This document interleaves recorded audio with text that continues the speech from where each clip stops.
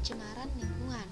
Nah, pada materi ini kita akan belajar tentang apa itu pencemaran lingkungan, terus jenis-jenis pencemaran lingkungan itu apa aja, terus apa saja sih dampak dan penyebab pencemaran lingkungan, serta bagaimana cara menanggulangi pencemaran lingkungan.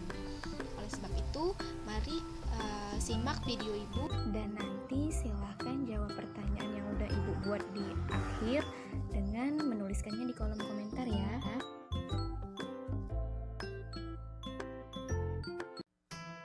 Pencemaran lingkungan adalah masuknya bahan pencemar ke dalam lingkungan sehingga kualitas lingkungan menjadi buruk.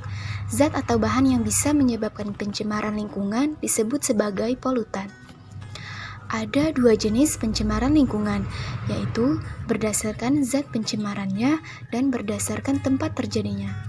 Berdasarkan zat pencemarannya dibagi menjadi pencemaran kimiawi, yaitu pencemaran yang diakibatkan oleh masuknya zat-zat kimia, baik organik maupun anorganik, seperti merkuri, timbal, zat radioaktif, atau deterjen. Yang kedua, pencemaran fisika, yaitu pencemaran yang diakibatkan oleh masuknya benda-benda seperti kaleng, plastik, kaca, ataupun karet. Dan yang ketiga, pencemaran biologis, yaitu pencemaran yang diakibatkan oleh masuknya berbagai mikroorganisme seperti bakteri Entomobacilli. Dan berdasarkan tempat terjadinya, dibagi menjadi pencemaran udara, yaitu tercampurnya komposisi udara normal dengan polutan atau senyawa berbahaya, sehingga kualitas udara menjadi lebih buruk. Yang kedua, ada pencemaran air, yaitu masuknya zat atau senyawa berbahaya ke dalam air, sehingga menurunkan kualitas dan fungsi air yang semestinya.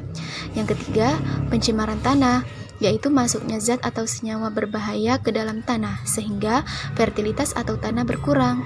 Dan yang terakhir adalah pencemaran suara, yaitu suara-suara yang sifatnya mengganggu pendengaran, seperti bunyi sirene kereta api, bom, tembakan, dan sebagainya. Nah, oleh karena itu, ada beberapa hal yang bisa kita lakukan untuk menanggulangi pencemaran lingkungan. Di antaranya, sebelum dibuang, limbah harus diolah terlebih dahulu agar tidak membahayakan lingkungan. Yang kedua, izin mendirikan pabrik baru diperketat. Misalnya, melarang pembangunan pabrik di area pemukiman penduduk, persawahan, dan perkebunan. Selanjutnya, melakukan pemantauan secara rutin untuk mengawasi penggunaan pupuk atau zat kimia lain yang beredar di masyarakat. Dan melakukan penyuluhan tentang pembuatan pupuk organik yang ramah di kantong dan lingkungan. Selanjutnya, kita juga dapat melakukan reboisasi untuk menyuburkan kembali tanah dan meningkatkan produksi gas oksigen yang bermanfaat bagi kehidupan, dan menindak secara tegas pelaku pencemaran lingkungan. Kita juga bisa menggalakkan program ramah lingkungan atau zero waste, dan menggalakkan pertanian rendah karbon untuk mengurangi emisi gas karbon akibat penggunaan pupuk kimia. Dan terakhir, kita juga bisa meminimalisir peredaran plastik dengan cara mendaur ulangnya menjadi bahan yang lebih bermanfaat.